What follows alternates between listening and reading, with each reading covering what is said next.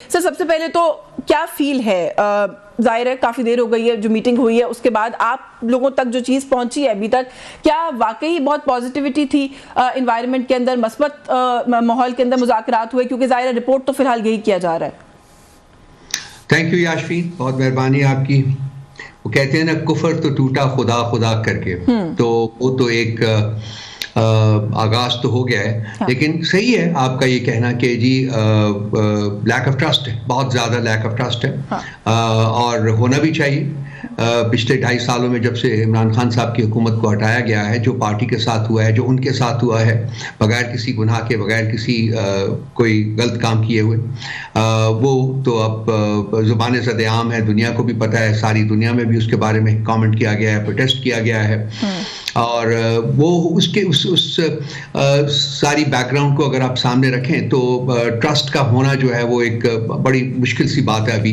لیکن بات چیت کا جب بھی بات چیت کا مقصد کیا ہوتا ہے؟ بات چیت کا مقصد یہ ہوتا ہے کہ جی ٹرسٹ پیدا کیا جائے، اور بات چیت ہی ایک وہ عمل ہے جس سے کہ مسائل حل ہو سکتے ہیں at the end of the day. کیونکہ سیاست میں آپ ہاتھ پہ گنس لے کے تو لڑائی نہیں کرتے، جدوجہد نہیں کرتے. سیاسی جدوجہد جو ہے ایک ڈفرینٹ چیز ہوتی ہے، اور وہ اس کا جو مطلب جو اس کا اصل جو ایسنس ہوتا ہے اس کا وہ یہی ہے کہ جی بات چیت کے ذریعے ایک عمل کا آغاز کیا جائے، اور پھر گیو اینڈ ٹیک کے اسپرٹ میں مسائل کا حل تلاش کیا جائے. لیکن سر حل تلاش کرنے کے لیے کسی بھی چیز کا تھوڑا سیز فائر بھی کرنا پڑتا ہے نا. وہ کہتے ہیں نا تھوڑا سا جو وہ ہے گولہ باری ہے اس کو بھی ختم یا کم کرنا پڑتا ہے. گولہ باری البتہ ایسا لگ رہا ہے کہ کم نہیں ہو رہی ہے. ابھی بھی ڈاکٹر عارف الوی کہتے ہیں جی کہ ان سے مذاکرات کرنے کا فائدہ ہے جن کے پاس اختیار ہو. اس کے علاوہ بھی بہت کچھ کہا جا رہا ہے آپ کی جو لیڈرشپ ہے اس کی طرف سے. تو اگر مذاکرات کرنے ہیں اور سنجیدگی ہے تو سر دو باتیں. ایک تو جو میں نے ابتدائیے میں کہا کہ جو آپ کی باقی کی ٹاپ لیڈرشپ ہے جو اس کمیٹی کا حصہ ہے وہ کیوں نہیں گئی؟ آج اسے ایک لیک آف سیریسنس نظر آتی ہے. اور دوسرا بیان بازی کیوں نہیں ختم ہو رہی؟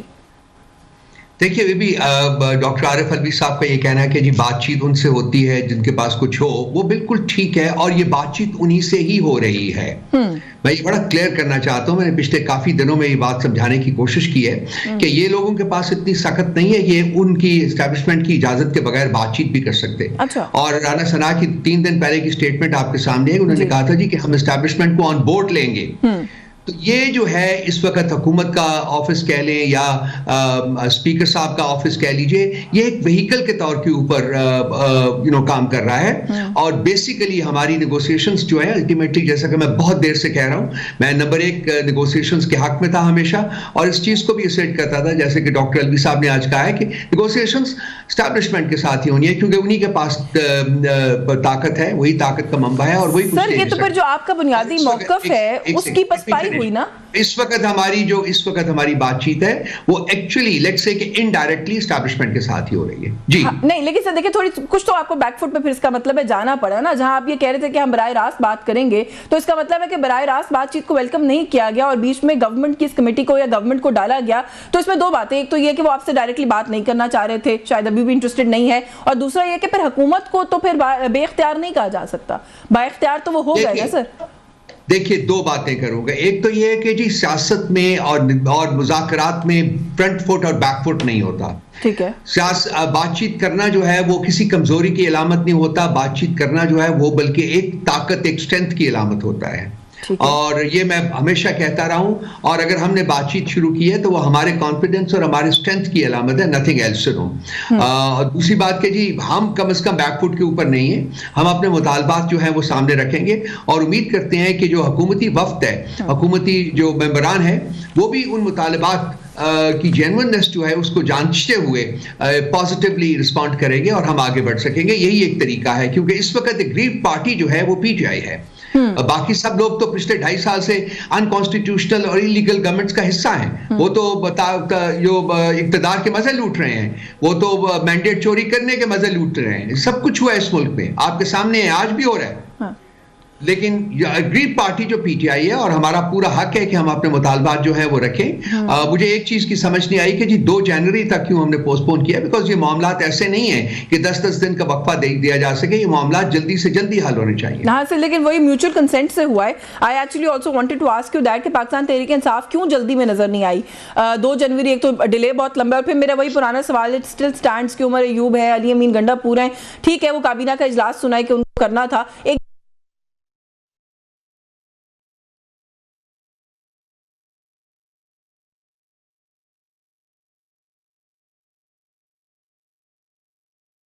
آج کمٹمنٹس تھیں, عمر ایوب صاحب جو ان کے کیسز لگے ہوئے تھے, ان کے بیلز کا مسئلہ تھا, وہ ان میں نہیں رک سکتے تھے. حامد خان صاحب ملک سے باہر ہیں آج کے دن. سلمان اکرم راجہ صاحب لاہور میں پھنسے ہوئے تھے, ان کی وہاں کمٹمنٹس تھی. تو انہوں نے اس بیسس کے اوپر شاید آج کی تاریخ مقرر کر دی کہ سب لوگ پہنچ سکیں گے بغیر جانے ہوئے کہ جی لوگ آ سکتے ہیں کہ نہیں آ سکتے. چونکہ حکومتی وفد کی میرا خیال ہے انسسٹنس تھی کہ جی پہلی میٹنگ ہم ابھی کر لیتے ہیں, کیونکہ اس کے بعد ان کے جو کچھ ارکان تھے ان کی بھی مصروفیات تھی, پیپلز پارٹی والوں کی خاص کر مصروفیات ہیں کچھ, تو اس لیے آج کا ہوا ہے. لیکن اس کا مطلب یہ نہیں کہ وہ شاید شریک نہیں ہوں گے. میرا خیال ہے کہ آئندہ جو 2 جنوری کی تاریخ جو مقرر کی گئی ہے اس میں میرا خیال ہے کہ ہمارے تمام جو اراکین ہیں نیگوشیٹنگ کمیٹی کے وہ موجود ہوں گے. بالکل ٹھیک ہے. اچھا سر, چلے میں آپ سے آپ کا ایک پرسنل اوپینین پوچھ لیتی ہوں, کتنے پر امید ہیں آپ یہ 2 جنوری کو کے بجائے کل ہو جاتے, پرسوں ہو جاتے, سپیڈ تیز کر لیں, کم کر لیں, آپ کو آؤٹ کم سے کیا امیدیں ہیں؟ آپ پرسنل اوپینین میں چلیے پرسنل اوپینین کے طور کے اوپر بات کر لیتے ہیں. دیکھیے جی, میں عرصہ دراز سے کہہ رہا ہوں کہ اس وقت جو ملک کی سیاست جو نہج کے اوپر پہنچی ہوئی ہے اس میں یہ نہیں کہ ایک بندہ جیتے گا اور دوسرا بندہ ہارے گا. یہ نہیں کہ جی پی ٹی آئی کے پاس میجورٹی آ جاتی ہے اور باقی لوگ بھی موجود رہیں گے. خان صاحب سیاست کو جس نقطے کے اوپر لے آئے ہیں وہاں ان لوگوں کی سیاست ختم ہو چکی ہوئی ہے. یہ اب سیاسی جنازے ہیں سب, پیپلز پارٹی ہو گئی یا پی ایم ایل این ہو گئی یا ایم کیو ایم پی ہو گیا, یہ سیاسی جنازوں میں زبردستی کی جان ڈالنے کی کوشش کی تھی الیکشن چرا کے. اب اس میں جو جہاں سیاست کا رنگ بدل گیا ہے, سیاست کا روپ بدل گیا ہے, سیاست کا انداز بدل گیا ہے. اب لوگ جو ہیں وہ اویئر ہیں, وہ جانچتے ہیں, سینسٹیو ہیں, معاملات کی سمجھ ہے ان کو, اور وہ اب ڈیمانڈ کرتے ہیں, ایکسپیکٹ کرتے ہیں کہ جو یہ سسٹم ہے وہ ڈیلیور کرے گا. کنسیکوینٹلی جو ٹریڈیشنل سیاست ہے اس کا کوئی عمل دخل اب پاکستان کی سیاست میں نہیں رہا, اس کو بدلنا ہوگا.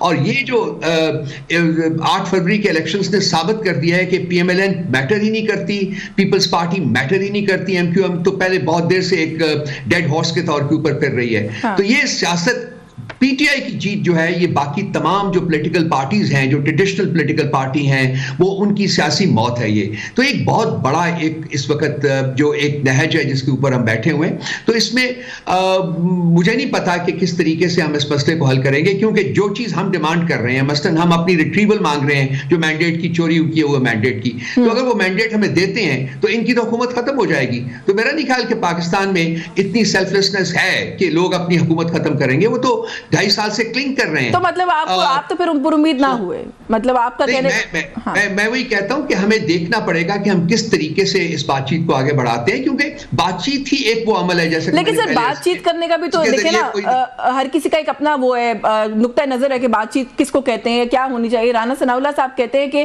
یہ شرائط لگا کر جو ہے مذاکرات نہیں ہوا کرتے, لیکن آپ لوگوں کے پاس دوسری طرف شرائط کی پوری فہرست ہے, اس کے بغیر آپ لوگ کہتے ہیں بات چیت نہیں ہو سکتی. تو یہ تو ڈیڈ لاک شروع میں ہی ایگزسٹ کرتے ہیں. دیکھیے میں نے پہلے کہا نا, ہم اگریوڈ پارٹی ہے, ہمارے ساتھ 2.5 سال میں جو ہوا ہے وہ آپ نے بھی دیکھا ہے. تو ہم نے تو شرائط لگانی ہے, ہم نے تو اپنی چیزیں بتانی ہے جس کی ہم ریپریو چاہتے ہیں.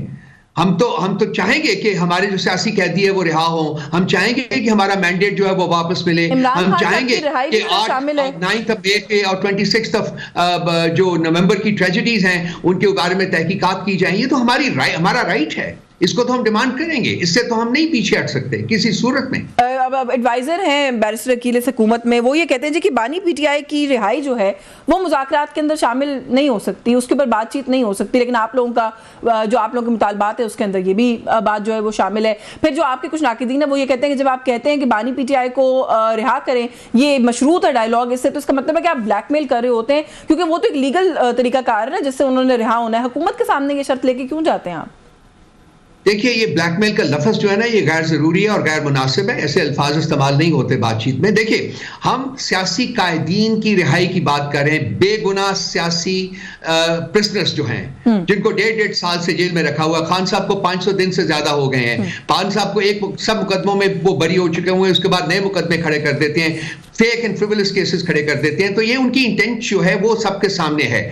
ہم سیاسی جو پرسنرز ہیں، سیاسی جو قیدی ہیں، ان کی رہائی کا مطالبہ کر رہے ہیں. یہ ہر قسم کی بات چیت میں ہوتا ہے، اور خاص کر جہاں زیادتی ہو رہی ہو، جہاں مطلب آئینی اور قانونی زیادتی ہو رہی ہو اتنے سارے لوگوں کے ساتھ، اتنے سارے بے گناہ لوگوں کے ساتھ، تو وہاں تو ڈیمانڈ کرنا ایک ضرورت ہوتی ہے. یہ ہماری بھی ضرورت ہے. ہم یہ ڈیفینیٹلی ہم ڈیمانڈ کرتے ہوئے well within our right to demand the release of political prisoners. بالکل ٹھیک ہے. بٹ لائک آئی سیڈ کہ عمران خان صاحب کی اپنی رہائی کے حوالے سے جو ہے وہ کیٹیگوریکلی کہا گیا جی کہ وہ نہیں ممکنات میں سے. تو سر مذاکرات جو ہیں وہ کچھ لو کی بیسس پر ہوا کرتے ہیں. تو اگر وہ پاکستان تحریک انصاف کو کہیں یہ کہا جاتا ہے کہ جی آپ کی باقی باتوں پر تو ہم سر دست غور کرتے ہیں، فوراً غور کرتے ہیں، لیکن یہ جو خان صاحب کی رہائی ہے اس کے اوپر بات چیت نہیں ہو سکتی، تو would you still go forward dialogue کے ساتھ؟ دیکھیے خان صاحب بارہا خود کہہ چکے ہوئے ہیں کہ مجھے کسی قسم کی ڈیل نہیں کرنی.